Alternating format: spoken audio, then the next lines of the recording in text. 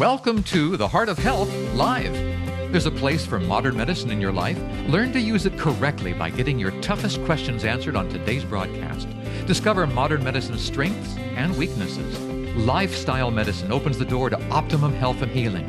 How you live and what you eat can profoundly affect mind and body. Learn simple solutions to complex problems. God provides the ultimate healing we all desire. He wants us healthy and happy. We just need to understand His plan for our lives and live accordingly. And now, live from Studio 1A in Chattanooga, Tennessee, here's your Heart of Health host, Dr. James Marcum. Hello, I'm Dr. Tim Jennings, sitting in for Dr. Jim Marcum, and welcome to Heart of Health Live, your weekly place for healing truth and grace. Each week on Heart of Health, we bring you medical professionals who understand the importance of integrating the latest in scientific understanding with the truth of God's principles of love to promote healing of the whole person, biological, psychological, social, and spiritual.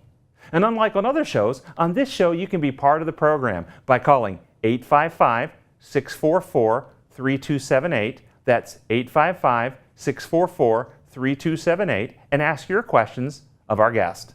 And today, we'll be talking with a specialist who works with one of the most sacred organ systems of the body. An organ system that has been exploited and abused. An organ system that seems to be slowly losing its vitality over time, and if the trends continue, our very existence could be threatened. But our guest works to heal the system, to help promote life. Some might say to help procreate life. Can you guess? Yes, we're talking about the reproductive system, and our guest is a reproductive endocrinologist. This means he specializes in fertility, or helping couples get pregnant, helping people to have children. According to the Centers for Disease Control, the number of women in the United States aged 15 to 44 with fertility problems is 6.7 million, which is about 10.9% of women this age. The percentage of couples who have impaired ability to have children is 15 to 20%. And the number of women aged 15 to 44 who have ever used infertility services is 7.4 million. Our guest today is Dr. Joseph Bird, a reproductive endocrinologist practicing in Chattanooga, Tennessee. When we come back from break, we're going to talk with Dr. Bird and explore these issues. If you have questions, give us a call at 855-644-3278. We'll be back right after this. The Heart of Health Live will return in just a moment.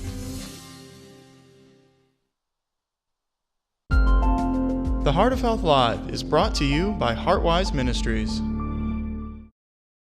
Hello, I'm Dr. Tim Jennings with your Mental Health Minute. Would you like to experience better physical and mental health? Then consider volunteering in your community. Studies have shown that youth who give of their time to help others perform better in school, have greater self-confidence, and are more likely to become leaders in society than those who do not. And amongst adults, those who volunteer experience better physical and mental health, lower rates of disability while maintaining their autonomy as they age. And amazingly, these benefits persisted even after taking into account baseline limitations, socioeconomic status, health status, employment, exercise, smoking, and marital status. When we volunteer to help others, we activate the brain's love circuits, which calm the brain's fear circuits, reducing inflammation, thereby reducing physical and mental illness. To be smart requires a healthy brain, so be smart, live to give. To learn more about mental health, visit comeandreason.com. My life is full of statistics. Thing is, I could have dropped out of school and become one myself, but I didn't, because I had people that believed in me. Here's another statistic. 7,000 students drop out every school day. That's one every 26 seconds. It's time that students know that we believe in them. Inspire a student and share your message of support at boostup.org. I'm Dr. James Marcum, and I talk to patients every day who want to know the truth in healthcare. On our website, heartwiseministries.org, you can have your questions answered. You can read my blog where I talk about interesting and controversial subjects in medicine. You might choose to go to the radio or television sections and learn more about all sorts of health topics. Take the time and go to heartwiseministries.org.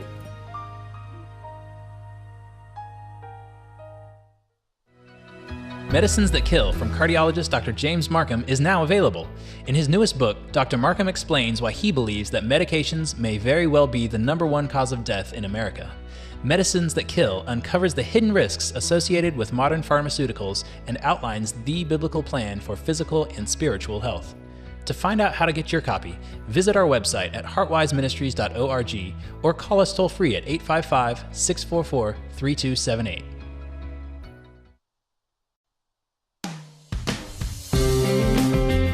You've got questions, we've got answers on the Heart of Health Live. Welcome back. Welcome back to Heart of Health Live. Hi, I'm Dr. Tim Jennings sitting in for Dr. Jim Marcum. And today, our guest, let me introduce Dr. Joseph Bird, reproductive endocrinologist. Welcome to the show, Dr. Bird. Well, thank you so much, Tim. So good to be here with you. Well, first off, let's get our audience to know you a little bit. Tell us about your educational background. What kind of education do you have to be a reproductive endocrinologist? Well, obviously you have to go to medical school first, and then you do a residency in obstetrics and gynecology. That's a 4-year residency. And then you apply to do a fellowship, which is a specialized training area in reproductive endocrinology and infertility medicine. And how long does that take?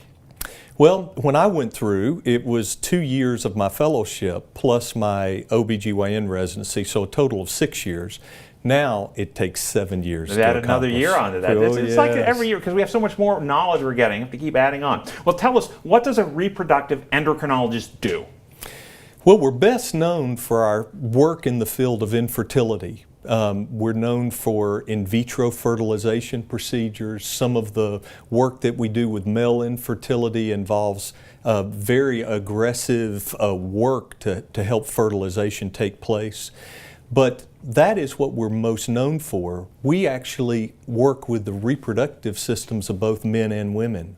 And that has to do with menopause, andropause, many of the conditions that affect people. Andropause meaning? It's the male version of menopause. It's a drop in testosterone production, which is the primary hormone for men. Yeah, and that's actually becoming the fad these days almost. You see it everywhere. Do you see that much? Well, I see men coming to see me on a regular basis with complaints of fatigue, depression, difficulty concentrating, sexual dysfunctions, lack of sexual desire, and all of those things are associated with a drop in testosterone for many of these men that I test. Interesting, interesting. Well, I've read that infertility has increased in the United States 4% since the 1980s. You have any? Is that accurate? Is that really going on? Is it getting worse? You know, it seems to me that it's getting worse, mainly because of the increase in volume of people that are seeking treatment. But the question is it a real increase, or is it just that people are more educated, they know that something can be done about it, and they're seeking help? Well, let me get your thoughts on this. Evolutionary biologists suggest that through random mutation, the human species is becoming ever more highly evolved, healthier, advancing to higher levels of adaptation and so forth. So the question I have is, have you ever seen a mutation that improved a human being? I've never seen that happen in a human. I understand that evolutionary teachings tell us that we do mutate, and we mutate in a good direction, not a bad direction. But when we see mutations occurring within the genetic structure of an embryo, it's associated with cellular death. So you're not actually seeing a higher evolutionary state. What about this idea that if we were evolving as a species to a higher level of health, wouldn't we see fertility problems decreasing? Well, you should. You absolutely should. You would think if we're evolving to be healthier creatures that we would be healthier and in all ways. Can you comment on people who are struggling to get pregnant? How much of the time is it related to a woman's fertility problem? Mm-hmm. How much time is it related to the male fertility problem? How much is it related to actually the two in a combination, those two together can't get pregnant, but they might have been able to get pregnant with somebody else. Well, this is the first thing that I talk to my couples that come to see me, because oftentimes there's these bitter feelings that they have toward each other because of the stress of trying to become pregnant and it not working and affecting their relationship. The reality is that about 30% of the time, or a third of the time, it's a woman, a problem with the woman's reproductive system. About a third of the time, it is the man that contributes, and another third is a combination of both of them.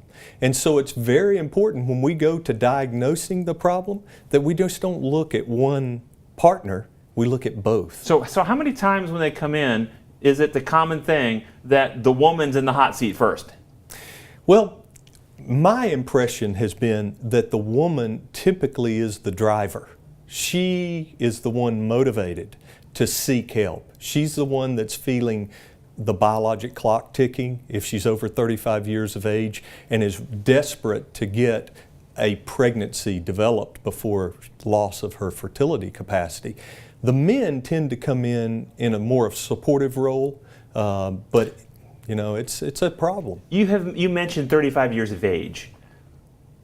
Is there an age that you recommend that couples who want to get pregnant try, and can you walk us through the decline of likely pregnancy possibilities with age range? Well, we have seen in our practice a growing trend toward women delaying childbirth, whether that is by choice or whether by circumstance. And so when a woman reaches 35 years of age, there's this transition that takes place in her egg quality. And ultimately, 40 to 45 years of age has devastating impact on the majority of women's fertility potential. So if you were advising someone, what would you tell them? Hey, if you're wanting to really get pregnant, your greatest likelihood will happen before age? I would say 35. 35. Obviously 35, but you know, anytime you can work on trying to become pregnant before 30, that's going to give you your best chances of conceiving. And do you have any data on how the rate of pregnancy goes down with age? Well, yes. When we look at just fecundity rates, fecundity tells us... And fecundity means pregnancy? It means actually the process of releasing an egg with a cycle, and that egg being fertilized into an embryo, which then attaches and grows to 40 weeks. Okay, so to a term delivery. The whole process of becoming pregnant and carrying it to term. And women that are 35 years of age or younger have about a 25% chance each cycle that they release an egg and are exposed to sperm to becoming pregnant and having that happen. That accumulates over a number of cycles to reach in about 6 months about 60%, in about a year 85%. But that drops between 35 and 40 years of age down to 2% per cycle.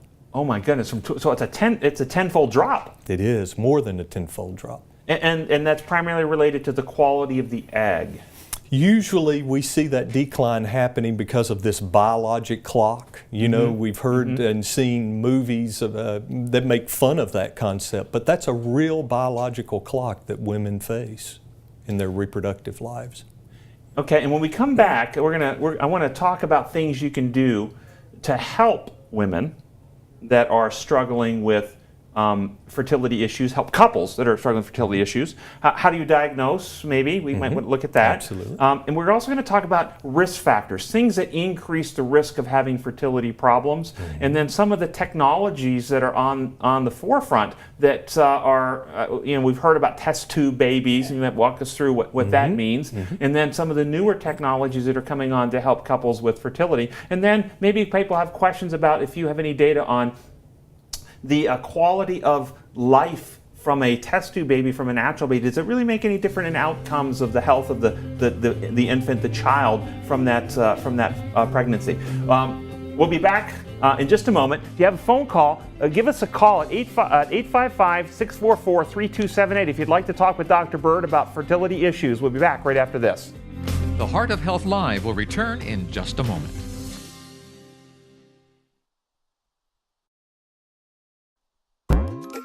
Heartwise Ministries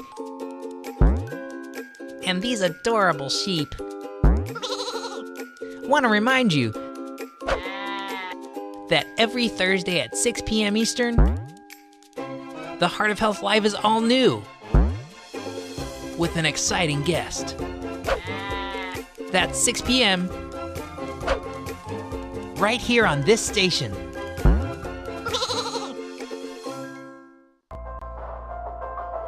Heartwise Ministries would like to invite you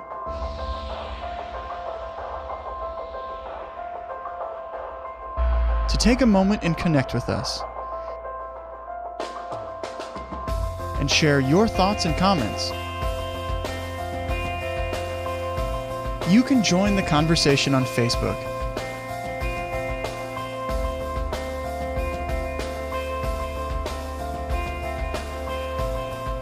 You can follow us on Twitter.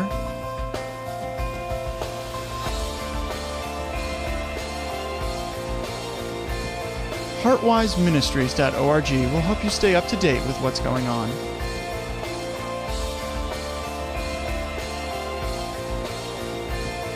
And of course, you can always watch past shows on Vimeo.com.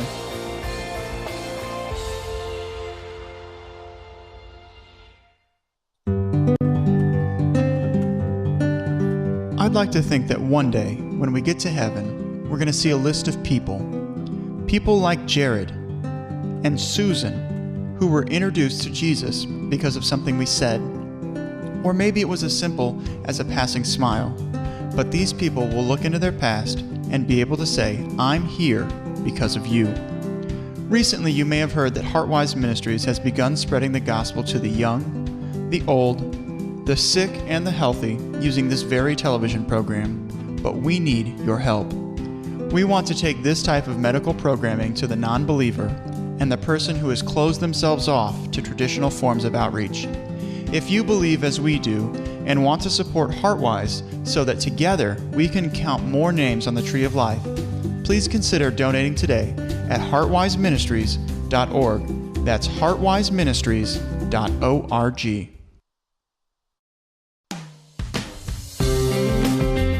You've got questions, we've got answers on the Heart of Health Live. Welcome back. Hello and welcome back to Heart of Health Live. I'm Dr. Tim Jennings, sitting in for Dr. Jim Marcum.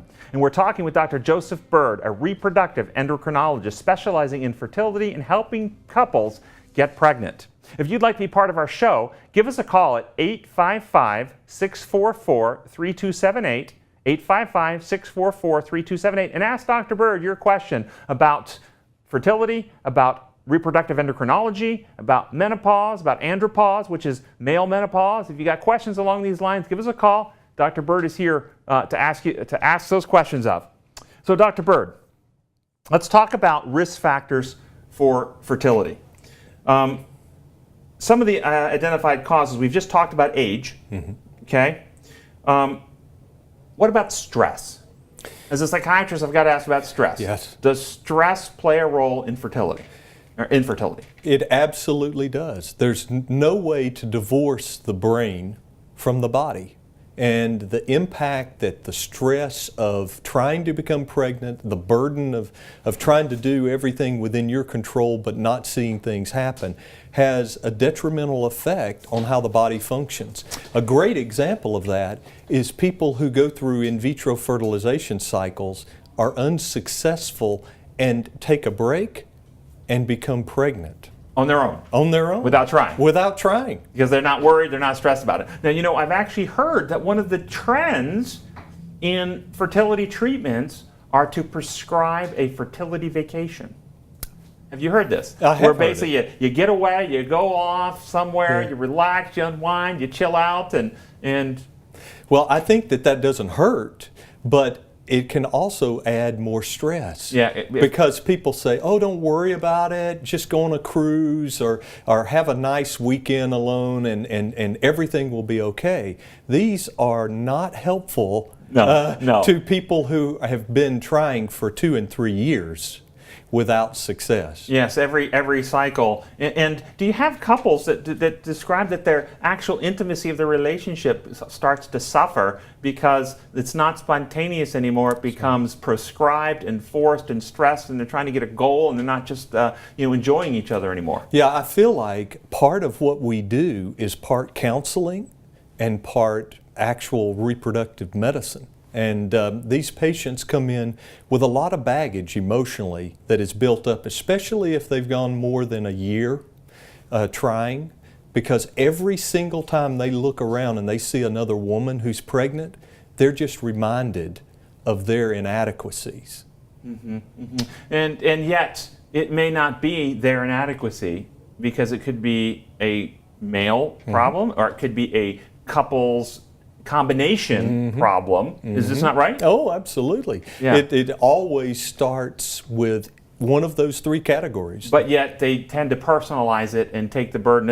And I see this in my practice, of course, and when I see people have this tendency to self-loathe and self-blame and have this inappropriate guilt, and that kind of psychological mindset can't be good for fertility. Yeah, it can't. It can't, but it's not good for the relationship. Think about it. I tell my patients to make this process of intimacy as spontaneous and natural as possible for them. Unfortunately, that's difficult when you have prescriptions about when you need to be most active in order to become pregnant. But sometimes just expressing that we understand that's a stressful part of it can help people begin to deal with it in a healthier way. And I think that's great, and I think you've seen the importance of bringing that counseling piece in to have good outcomes for your practice. One of the other factors that I've read about is endometriosis. Endometriosis is a factor in fertility. Can you explain to our audience what is endometriosis and how does it interfere? And what can you do about it? Absolutely. Well, endometriosis, it refers to endometrium. Okay. Endometrium is the lining that normally sheds with every cycle that a woman has. Okay. And normally what you see during a menstrual cycle is not all of the menstrual debris. Some of that menstrual debris goes retrograde out through the fallopian tubes and spills into the pelvis.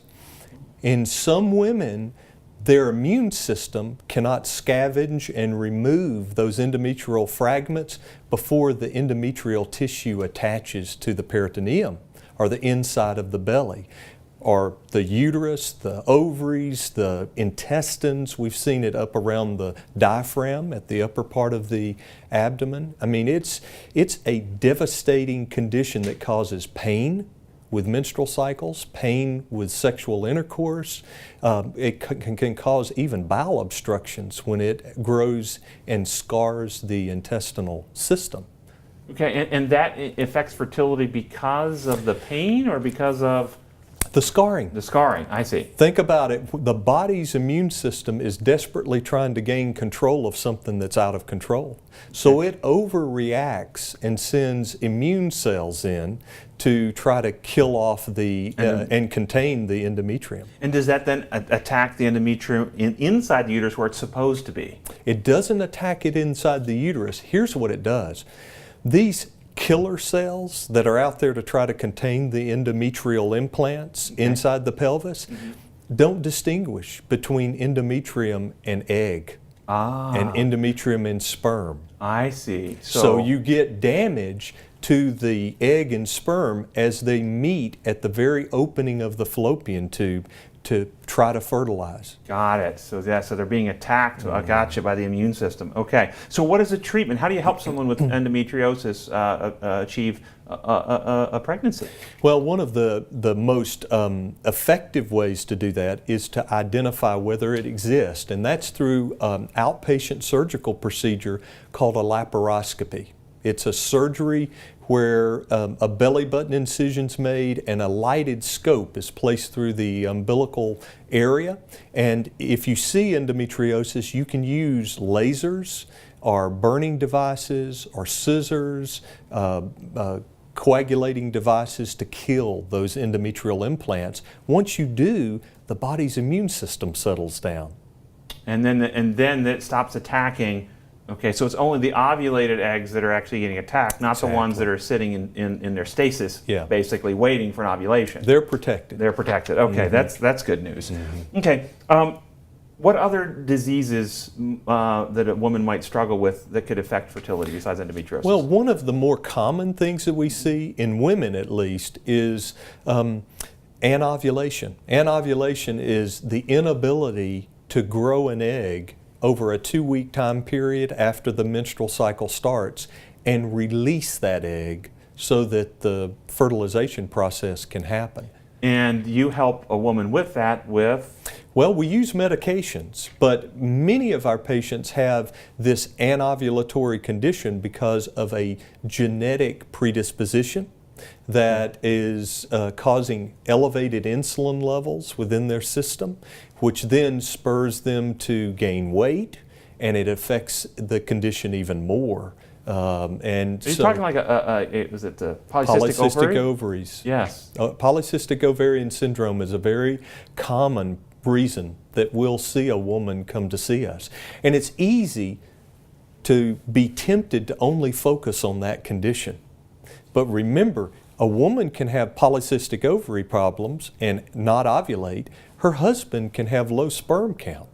And if we don't look at both of those areas, we're not going to help her become pregnant if we help her produce an egg, but her husband's sperm's not capable of doing its job. We're talking with Dr. Joseph Berg, reproductive endocrinologist here in Chattanooga, Tennessee, talking about issues related to fertility and women and men's reproductive health. If you have questions and would like to speak with Dr. Berg, give us a call at 855-644-3278. That's 855-644-3278. We'll be back after this.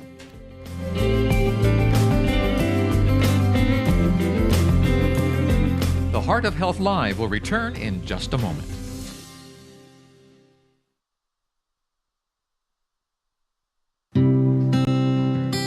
Could It Be This Simple changed my life. What an amazing and solid yet fulfilling and liberating message Dr. Jennings provides. I loved it. It is liberating. It frees your mind from all your mental turmoil and teaches you what is really going on. This book is amazing and makes so much sense. It shows God as a God of love rather than an arbitrary, exacting God. I am so grateful that a friend suggested I read Could It Be This Simple? It has helped me fine-tune my thinking. This book not only helps the mind to heal, but helps to liberate the emotions by bringing them into balance. You will be captivated with the case studies liberally sprinkled throughout this small, easy-to-read book. I dare you to read it. Get your copy of Could It Be This Simple? A biblical model for healing the mind at Amazon.com or wherever books are sold. I'm Dr. James Marcum, and I talk to patients every day who want to know the truth in healthcare. On our website, heartwiseministries.org, you can have your questions answered. You can read my blog where I talk about interesting and controversial subjects in medicine. You might choose to go to the radio or television sections and learn more about all sorts of health topics. Take the time and go to heartwiseministries.org.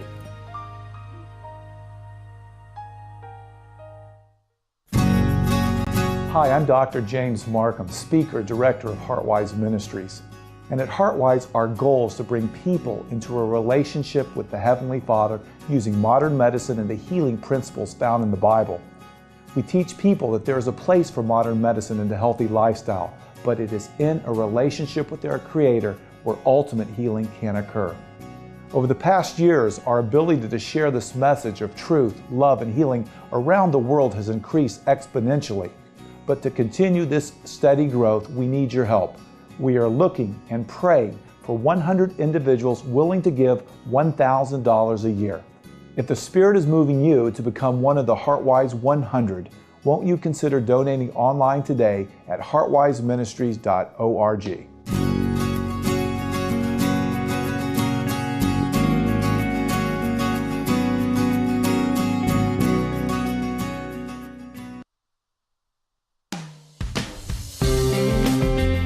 You've got questions, we've got answers on the Heart of Health Live. Welcome back.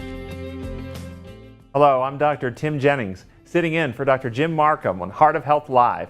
And tonight we're talking with Dr. Joseph Bird, reproductive endocrinologist who helps people with fertility issues, menopausal male and female fertility issues.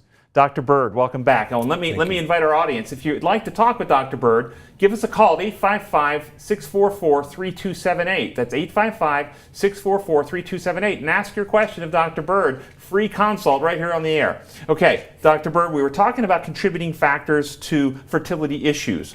We've focused a little bit on the female side. Let's come over to the male side of things. What are contributing factors to male fertility issues? Well, remember that a third of all the reasons for infertility lie in the sperm function for men, and they contribute to the infertility process in the other third of infertility problems. So what causes this in men? It's a source of great research now. We think that there are environmental toxins that we're exposed to on a daily basis and wouldn't know it, that have an impact on the sperm. Now, along those lines, picking up on that thread, I have read and heard that across the population, male sperm counts are dropping. In other words, males are becoming less potent, less capable of passing along their genes and having children. Have you read this and have seen data that supports that idea is happening? Oh, absolutely. There's no doubt that we're seeing a ever-increasing number of men coming in with difficult sperm parameters, which is ultimately contributing or the sole reason for their infertility issue. Now, we probably haven't identified, in fact, I'm certain we haven't identified all the factors. Have any factors that we say this is a contributing factor, does contribute to reduction in sperm count? Have any in the environment been identified? Well, smoking. Let's take that for instance. Smoking creates changes within the body. Oxygen free radical formation takes place, which can come and damage the spermatogonia, the cells that actually make the sperm. What about phytoestrogens? Phytoestrogens, you're talking about soy. And maybe the use of that. You know, I would say that soy in proper form is very safe in limited production, but you know, you can overdo almost anything. So what are water. the potential risks of excessive soy in someone's diet? Somebody's eating soy 3 times a day with soy milk in between, and is there any potential concern there for a male? It should be, yes. I mean, the phytoestrogen concept, men were never meant to have estrogen level effects within their body. It changes the reproductive system, it changes the body habitus. Men actually can develop breast if they're exposed to too much estrogen over time. I'll tell you that we see this not necessarily as much from vegetables or soy, but think about the estrogen that's fed to chicken that ultimately is meant to boost the amount of meat production. Well, those estrogen molecules stay within that meat. And I see young ladies that are 5, 6, and 7 years of age coming to see me because they've started their menstrual cycles.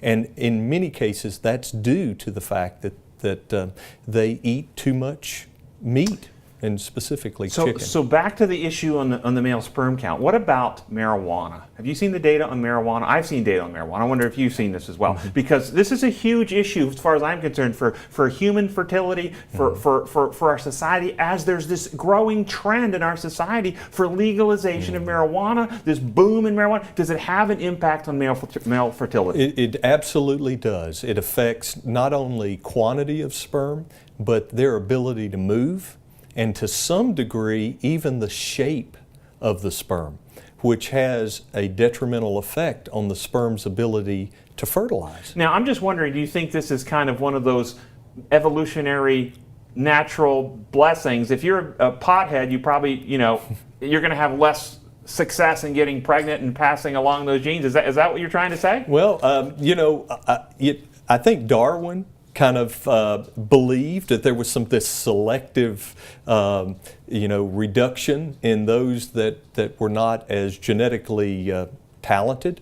I don't know that my belief falls in that area, but I do believe that our choices have a huge impact on how every cell of our body works, including our reproductive cells. So if you want to actually be more likely to be fertile, don't smoke a lot of marijuana, or don't smoke marijuana. Well, don't smoke in general. Or don't smoke in general. That's not just for your reproduction, but for your health. Well, we have a caller. Let's go to our telephone lines. Clarice from Oklahoma. Welcome to the show, Clarice. You're on with Dr. Bird. Yes, doctor. I was asking the safety, how safe is coconut oil, because most of the doctors are promoting it nowadays on television, especially the cardiac doctors. It's good for your cholesterol, because Dr. Sinantro, which spoke about it the other day, is telling us that we can take it to lower your thyroid and cholesterol and all of that. And the doctor gave me levothyroxine. I was wondering about coconut oil, how safe it is. Okay, do you have any comments? Thank you for your call, Clarice. Yes. Do you have any comments on coconut oil and human fertility and so forth? I think coconuts have a wonderful natural effect on the body in a very positive way. I love coconut, milk. Mm-hmm. It's actually a very nutritious approach. I don't know about the effect on the thyroid gland and whether you can have a positive impact with coconut oil. I do know that people have used iodine supplementation and had some benefit from their thyroid function, basically improving the ability to make thyroxine. Thank you for calling, Clarice. Did you have anything else? No, that's it. All right. Thank you so much. You're welcome. You're welcome. So, so we talked about the impact of smoking and marijuana on men. What about smoking, alcohol, and illegal drugs, men and women together? Does it affect fertility? Well, it absolutely does. Let's face it. Anytime we take a product like tobacco or marijuana and we use those drugs, there are side effects. Just like there are side effect potentials with pharmaceutical products. We see that present within the... And are there pharmaceutical products that you would identify as standing out above the rest as affecting fertility? Well, obviously birth control pills. Absolutely. Birth control pills would be at the top of that list. Yeah, of course.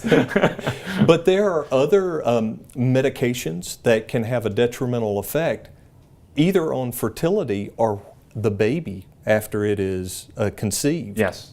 And you can have teratogenic effects. Where teratogenic means? Basically a malformation of the development of a little embryo. And it's most critical typically during that first 12 weeks of development. That's where the organ systems are really trying to develop. Although we see evidence of problems later in pregnancy with certain drugs. A certain Dilantin is one of those. I'm thinking about some of the psychiatric medicines, like the antipsychotic medicines that are known to elevate prolactins. And if you have an elevated prolactin, that can reduce the ability to ovulate, can it? Oh, absolutely. Yeah, so those types of medicines can be, there's just one that I'm familiar with. Yeah. We're talking to Dr. Joseph Bird, reproductive endocrinologist here in Chattanooga, Tennessee. If you'd like to speak with Dr. Bird on our program today about fertility, men's and women's reproductive health, give us a call at 855-644-3278. That's 855-644-3278. Give us a call, talk to Dr. Bird about your question. We'll be back right after this. Thank you. The Heart of Health Live will return in just a moment.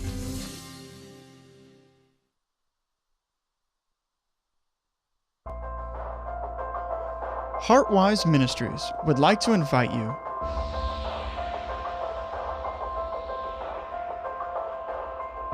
to take a moment and connect with us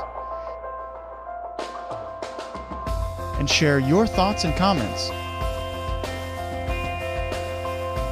You can join the conversation on Facebook.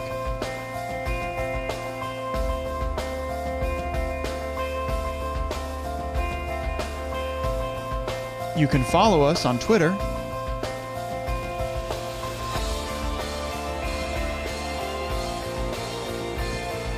HeartWiseMinistries.org will help you stay up to date with what's going on.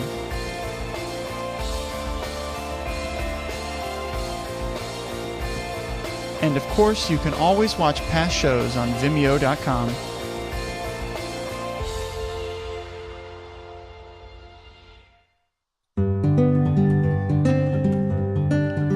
I'd like to think that one day, when we get to heaven, we're going to see a list of people like Jared and Susan, who were introduced to Jesus because of something we said. Or maybe it was as simple as a passing smile. But these people will look into their past and be able to say, I'm here because of you. Recently, you may have heard that HeartWise Ministries has begun spreading the gospel to the young, the old, the sick, and the healthy using this very television program. But we need your help. We want to take this type of medical programming to the non-believer and the person who has closed themselves off to traditional forms of outreach. If you believe as we do and want to support HeartWise so that together we can count more names on the Tree of Life, please consider donating today at heartwiseministries.org. That's heartwiseministries.org. Heartwise Ministries and these adorable sheep want to remind you that every Thursday at 6 p.m. Eastern, the Heart of Health Live is all new with an exciting guest. That's 6 p.m. right here on this station.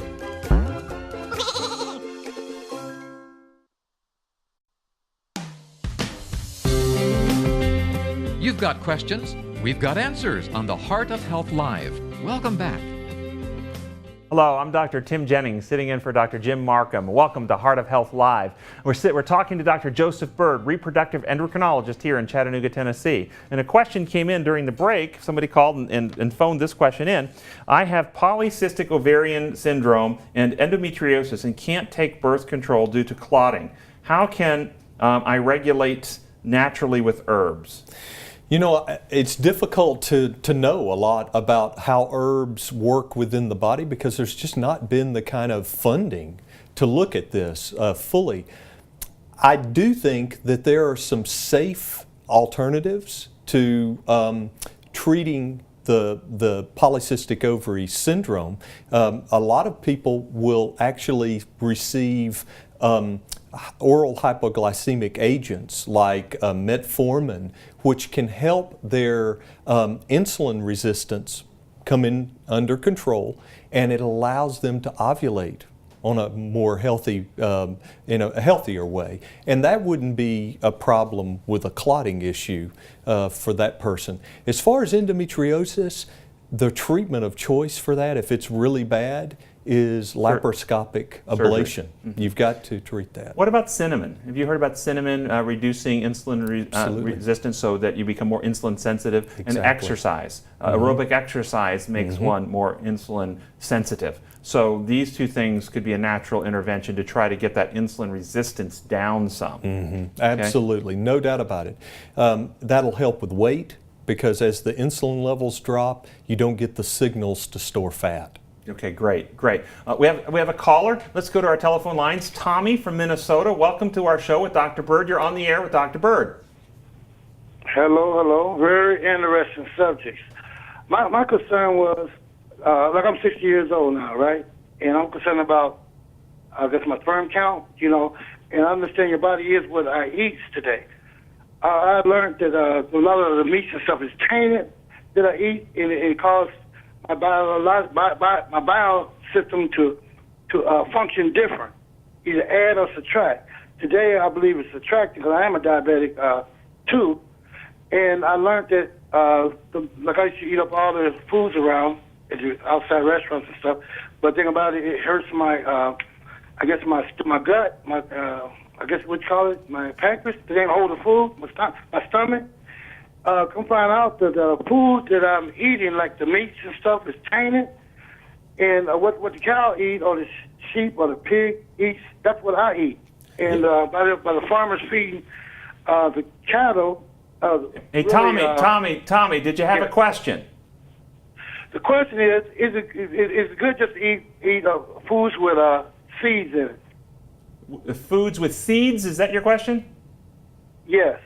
Okay. Oh, there's no doubt that if you can avoid meat, you're going to protect yourself against many of those contaminants that you're so concerned about, and properly so. As far as that's effect on sperm production, there's absolutely a relationship between overestrogen exposure through eating, say, chicken that's been tainted with hormone-inducing drugs, and the impact on sperm production long term. And what about the eating of seeds? Are seeds healthy, like pumpkin seeds and sunflower seeds and all the different seeds we can eat? Well, let's face it, there's a lot of nutrients present within the seed of fruits, and those nutrients actually help the cells of our body function in a healthier manner. They provide antioxidants, they provide other nutrients that feed the energy production systems within the cells of our body. So absolutely.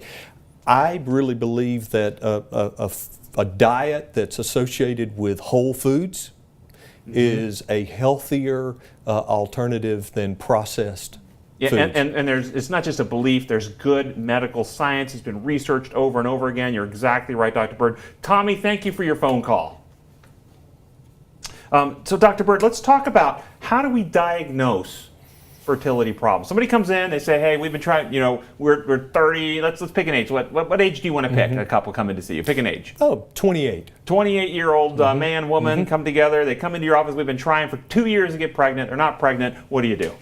Well, I love to help them understand what we can test for, because unfortunately we can't test for every single cause of infertility, but the things that we can test for are relatively simple. The first is she producing an egg consistently and ovulating that egg or releasing the egg? And that's the first issue. The second is the woman have a reproductive tract, meaning that her cervix... The plumbing is working. The plumbing's working. So the cervix has to be open. The uterine cavity has to be free of polyps or muscle tumors called fibroid tumors. The fallopian tubes have to be open, right, and have to be not scarred. They have to be patent, so to speak.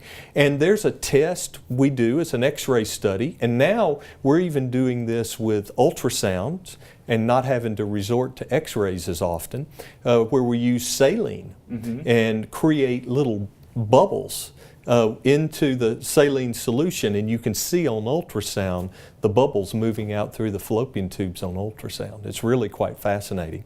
And then we look at the sperm count, the motility or the movement of the sperm, and more importantly, the shape of the sperm.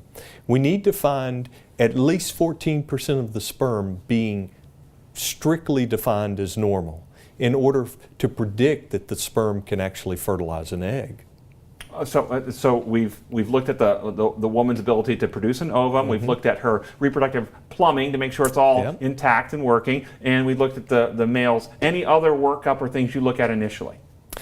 I will look at a hormone makeup of somebody. If they come in with anovulation or lack of releasing eggs, I want to make sure that there's not some other cause. Maybe an elevated prolactin level could cause a disruption in the menstrual cycle. But maybe a thyroid. I was going to ask if a thyroid problem, could that do it? In both directions. Yeah. Hyperthyroid or hypothyroidism is associated with a disruption in what is called the GnRH pulsatile release from the hypothalamus in the brain to tell the pituitary to release LH and FSH, which are the hormones that make the egg grow and release.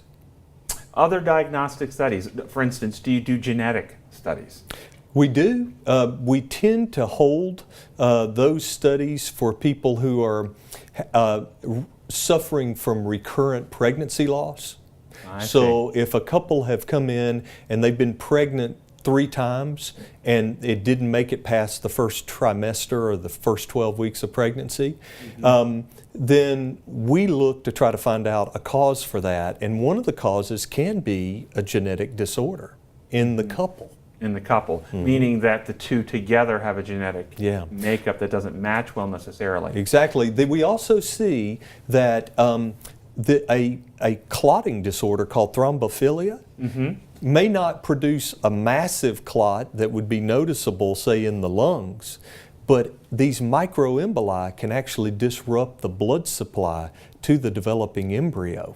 Oh, so basically it starves them. Exactly. So we have to give, anti-clotting medicines. Any nutritional deficiencies that you're concerned with?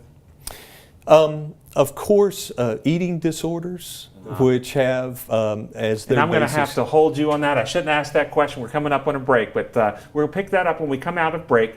We've been talking with Dr. Joseph Bird, reproductive endocrinologist here in Chattanooga, Tennessee.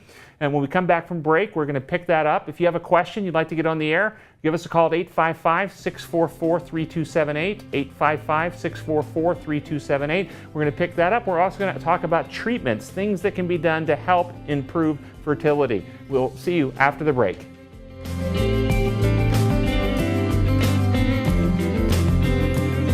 The Heart of Health Live will return in just a moment.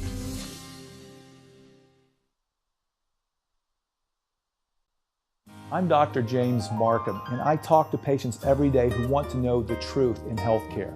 On our website, heartwiseministries.org, you can have your questions answered. You can read my blog where I talk about interesting and controversial subjects in medicine. You might choose to go to the radio or television sections and learn more about all sorts of health topics. Take the time and go to heartwiseministries.org.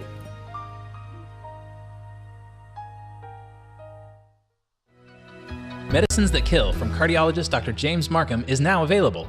In his newest book, Dr. Marcum explains why he believes that medications may very well be the #1 cause of death in America.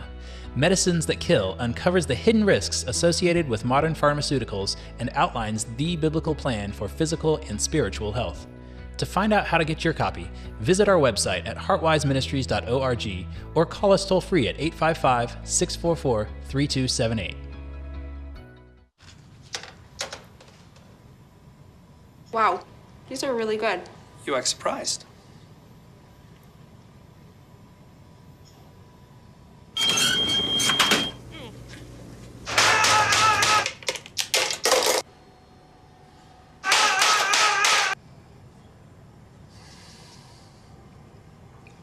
Practice makes perfect. You don't have to be perfect to be a perfect parent. There are thousands of teens in foster care who don't need perfection. They need you. Hi, I'm Dr. James Marcum, speaker, director of Heartwise Ministries. And at Heartwise, our goal is to bring people into a relationship with the Heavenly Father using modern medicine and the healing principles found in the Bible. We teach people that there is a place for modern medicine and a healthy lifestyle, but it is in a relationship with their Creator where ultimate healing can occur. Over the past years, our ability to share this message of truth, love, and healing around the world has increased exponentially. But to continue this steady growth, we need your help. We are looking and praying for 100 individuals willing to give $1,000 a year. If the Spirit is moving you to become one of the Heartwise 100, won't you consider donating online today at heartwiseministries.org.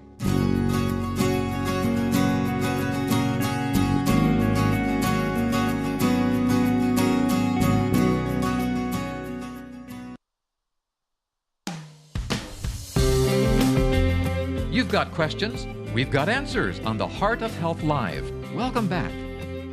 Welcome back to Heart of Health Live. Hi, I'm Tim Jennings, sitting in for Dr. Jim Marcum, and we're talking with Dr. Joseph Bird, reproductive endocrinologist. And Dr. Bird, with our final segment of the show tonight, let's talk about treatments, things that we can do to help couples that are struggling experience a successful pregnancy. One of the more common things that we do, whether we identify a problem or not, is to utilize a medication that will help improve the egg quality and the release of that egg. And one of the more common drugs for this is called clomiphene citrate, or Clomid. It kind of tricks our brain into believing that there's not any hormone being produced at the testicular level, so the pituitary produces hormones to get better sperm production or better egg production in a woman. And it will help improve that condition. Once you get them to ovulate, if that's the only problem, oftentimes that's all it takes. Occasionally you'll need to do another procedure in the middle of the cycle called an intrauterine insemination. Insemination is placing the male sperm inside the uterine cavity close to the opening of the fallopian tubes so that they can more effectively target the egg.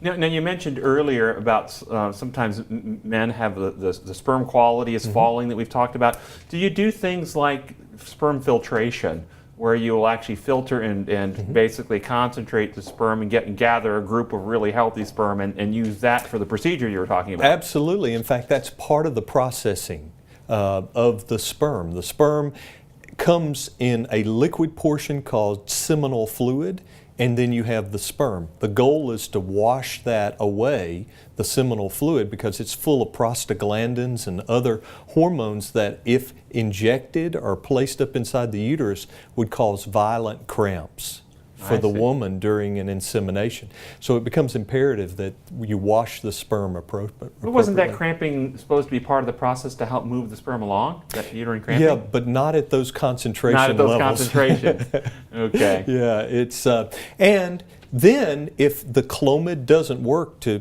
produce an egg, we can actually give the follicle stimulating hormone, the hormone that the pituitary gland makes. It's genetically developed and ultimately does really well in producing egg production and egg quality as long as the woman is responsive. At the end of the day, if all of those treatments are not successful, we have as our final option in vitro fertilization, which involves using that injectable hormone, FSH, to produce multiple eggs, and then we harvest those eggs out of the body using an ultrasound that's placed in the vagina with a needle guide, and while they're under conscious sedation, we can stick the needle under ultrasound guidance into those egg sacs, remove the eggs from inside the body to the outside, and then in our incubators, which mimic what the fallopian tubes would offer, we provide them a baby. Well, you know, this is fantastic, and I wish we had some more time because I had some more questions about this whole process, and maybe we'll just have to encourage our audience to go online and do a little research. But this whole idea of reproduction and what we're capable of doing, I didn't even get into the whole idea of donor eggs, and I was going to ask you about cloning, and we haven't even got into that, just taking a cell and cloning it. There's so many fascinating places we could go. You've been a great guest. Thank you so much for being on the show tonight. This has been Heart of Health Live. I'm Dr. Tim Jennings, sitting in for Dr. Jim Marcum. Our guest has been Dr. Joseph Bird, reproductive endocrinologist. Do you have a website or a contact information people can get in touch with you? Sure. Our website is myfertilitycenter.com. myfertilitycenter.com. Thank you so much for being part of the show, and be sure and tune in to Heart of Health next week at this time.